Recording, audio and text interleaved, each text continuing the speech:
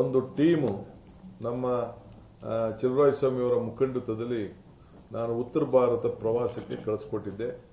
ಇದು 20 ಜನ ಶಾಸಕರುಗಳು, ಕೆಲವು ಮುಖಂಡರುಗಳು, ಅಧಿಕಾರಿಗಳೆಲ್ಲ ಹೋಗಿ ಉತ್ತರ ಭಾರತದ ಗಂಗಾ ಆರತಿ ಎಲ್ಲ ನೋಡಿ, ಹರಿದ್ವಾರ, ಋಷಿಕೇಶು ಅಲ್ಲೆಲ್ಲ ಹೋಗಿ ಪ್ರವಾಸ ಮಾಡಿ ನನಗೊಂದು ವರದಿಯನ್ನು ಕೂಡ ಕೊಟ್ಟಿದ್ದಾರೆ.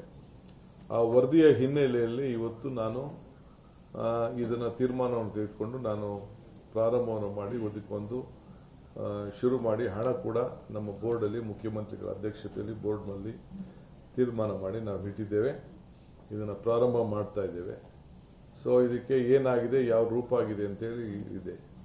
ಮಧ್ಯದಲ್ಲಿ ನಾನು ಕೆಲವು ರೈತರುಗಳು ನಮ್ಮ ಚಲುವರಾಯಸ್ವಾಮಿ ಅವರಿಗೆ ಕೆಲವರು ಅಪಸ್ವರ ಎತ್ತಿದ್ರು ಅಂತ ಕೂಡ ಹೇಳಿದ್ರು. ನಾನು ಆಹ್ವಾನವನ್ನು ಕೂಡ ಕೊಟ್ಟಿದ್ದೆ.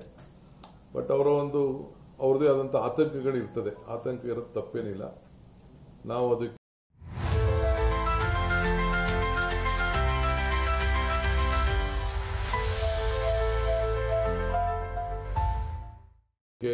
ಗೌರವ ಕೊಡಬೇಕು. ಅದರಿಂದ ನಮ್ಮ ಡಿಸ್ಟ್ರಿಕ್ಟ್ ಮಿನಿಸ್ಟರ್ ಕೂಡ ಅದಕ್ಕೆ ಅವ್ರನ್ನ ಕರೆದು ಕೂಡ ಕೆಲವ್ರನ್ನ ಮಾತಾಡಿದ್ದಾರೆ, ಅವ್ರದೇ ಆದಂಥ ಅಭಿಪ್ರಾಯ ತಿಳಿಸಿದ್ದಾರೆ. ಸೊ ನಾವು ಇದನ್ನ ನಮ್ಮ ಸರ್ಕಾರದ ಒಂದು ಬದ್ಧತೆ, ಈ ಕಾರ್ಯಕ್ರಮಕ್ಕೆ ಉದ್ಯೋಗ ಸೃಷ್ಟಿ ಮಾಡಲಿಕ್ಕೆ, ಆ ತಾಯಿಗೆ ಪ್ರಾರ್ಥನೆ ಮಾಡಲಿಕ್ಕೆ, ನಮ್ಮ ಸಂಸ್ಕೃತಿನ ಉಳಿಸಲಿಕ್ಕೆ, ನಮ್ಮ ಪರಂಪರೆ, ಆಮೇಲೆ ಪ್ರವಾಸಿಗರಿಗೆ ಒಂದು ಆಕರ್ಷಣೀಯವಾದಂಥ ಒಂದು ಕಾರ್ಯಕ್ರಮವನ್ನು ರೂಪಿಸಲಿಕ್ಕೆ ಈ ಕಾರ್ಯಕ್ರಮವನ್ನು ನಾವು ಹಮ್ಮಿಕೊಂಡಿದ್ದೇವೆ. ಸೊ ಇದು ಎಲ್ಲರೂ ಕೂಡ ಕೆಲವರು ಒಮ್ಮತದ ಬೆಂಬಲವನ್ನು ವ್ಯಕ್ತಪಡಿಸಿದ್ದಾರೆ. ಅನೇಕ ಜನಪ್ರತಿನಿಧಿಗಳು, ಸ್ಥಳೀಯ ಪ್ರತಿನಿಧಿಗಳೆಲ್ಲ ಬೇಕಾದಷ್ಟು ಜನ ಎಲ್ಲ ಅವರ ಬೆಂಬಲವನ್ನು, ಒಳ್ಳೆ ಕೆಲಸ ಮಾಡ್ತಾ ಇದ್ದೀರಿ ಅಂತ ಸೂಚಿಸಿದ್ದಾರೆ.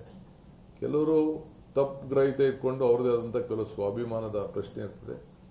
ಅದಕ್ಕೆ ಅವ್ರಿಗೂ ಕೂಡ ಗೌರವ ಕೊಡೋಣ. ಅವ್ರನ್ನೂ ಕರೆದು ತಿರ್ಗಾ ಇನ್ನೊಂದ್ಸತಿ ಮಾತಾಡೋದಕ್ಕೆ ಪ್ರಯತ್ನ ಮಾಡ್ತೀನಿ. ಬಟ್ ಇದು ಮುಂದುವರಿತದೆ.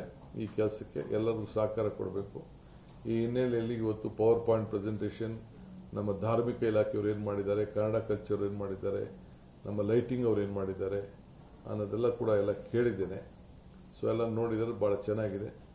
1-2 ದಿನದಲ್ಲೇ ಯಾವ ರೀತಿ ರೂಪ ಇರ್ತದೆ ಅನ್ನೋದನ್ನ ನಿಮಗೂ ಕೂಡ ನಾನು ರಿಲೀಸ್ ಮಾಡೋನಿದ್ದೇನೆ. ಅದನ್ನೆಲ್ಲ ಕಂಪ್ಲೀಟು ಮೀಡಿಯಾ ಕೂಡ ಸಾರ್ವಜನಿಕರ ಗಮನಕ್ಕೂ ಬರಬೇಕು ಅಂತೇಳಿ ಮಾಡೋರಿದ್ದೇವೆ. ಸೊ ಅದಕ್ಕೆಲ್ಲ ಕೂಡ ನಮ್ಮ ಕೆಲಸನ ನಾವು ಮುಂದುವರಿಸ್ತೇವೆ. ಈ ವಿಚಾರವನ್ನು ತಮಗೂ ಕೂಡ ನಾನು ತಿಳಿಸಿ ಸಾರ್ವಜನಿಕರು ಸಹಕಾರ ಅಪೇಕ್ಷೆಯನ್ನು ಮಾಡ್ತಾ ಇದ್ದೀನಿ. ಅವ್ರಿಗೆ ಏನಾದ್ರು ಡ್ಯಾಮ್ಗೆ ಏನಾದ್ರು ತೊಂದರೆ ಆಗ್ಬೋದು ಅನ್ನೋ ಒಂದು ಆತಂಕ ಇದೆ ಅಷ್ಟೇ. ನಾವು ಡ್ಯಾಮಿಂದ ಬಹಳ ದೂರ ಇದೆ ಕೆಳಗಡೆ.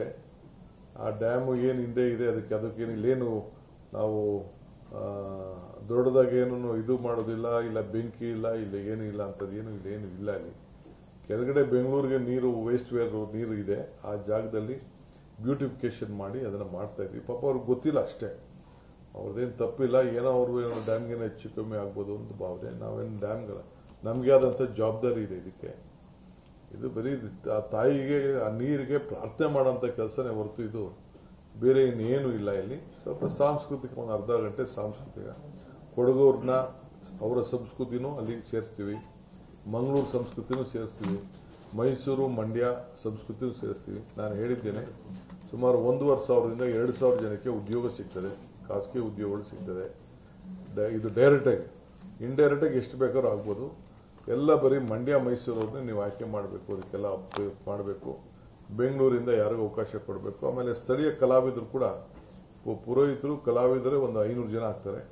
ಅದನ್ನು ಕೂಡ ನೀವು ಲೋಕಲ್ ಅವರಿಗೆ ಟ್ರೈನಿಂಗ್ ಕೊಡಬೇಕು ಅಂತ ಹೇಳಿದ್ದೀನಿ. ಚುಂಚನಗಿರಿ ಮಠದಲ್ಲಿ, JSS ಮಠದಲ್ಲಿ ಅಲ್ಲೆಲ್ಲ ತಗೊಂಡು ಪುರೋಹಿತಿಕೆ ಮಾಡೋರನ್ನ ಅವನ್ನೆಲ್ಲ ಕೂಡ 108 ಜನ ಪೂಜೆ ಮಾಡೋಂಥವ್ರು ಇರ್ತಾರೆ. ಸುಮಾರು 300ಕ್ಕೂ ಹೆಚ್ಚು ಜನ ಕಲಾವಿದರು ಅವರ ಇತಿಹಾಸವನ್ನು ಮತ್ತು ಕೊಡಗಿನ ಪರಂಪರೆ, ತಮಿಳುನಾಡು ಪರಂಪರೆ, ಕೇರಳ ಪರಂಪರೆ, ಕರ್ನಾಟಕದ ಪರಂಪರೆ ಇವೆಲ್ಲ ಕೂಡ ಮಹದೇಶ್ವರನ ಬೆಟ್ಟದಿಂದ ಹಿಡಿದು ಕೊನೆಗೆ ಕಾವೇರಿ ಸಂಗಮದಲ್ಲಿ ಮುಳುಗೋವರೆಗೂ, ಸಮುದ್ರ ಸೇರೋವರೆಗೂ ಎಲ್ಲೆಲ್ಲಿ ಉಪಯೋಗ ಆಗ್ತದೆ ಅದನ್ನೆಲ್ಲ ಕೂಡ ಒಳಗಡಿಸಬೇಕು ಆ ಕಲ್ಚರ್ನ ಅಂತೇಳಿ ನಾನು ಅವ್ರಿಗೆ ಮಾರ್ಗದರ್ಶನ ಕೊಟ್ಟಿದ್ದೇನೆ. ಆ ದೃಷ್ಟಿಯಲ್ಲಿ ಅವರೆಲ್ಲ ಕೂಡ ತಯಾರು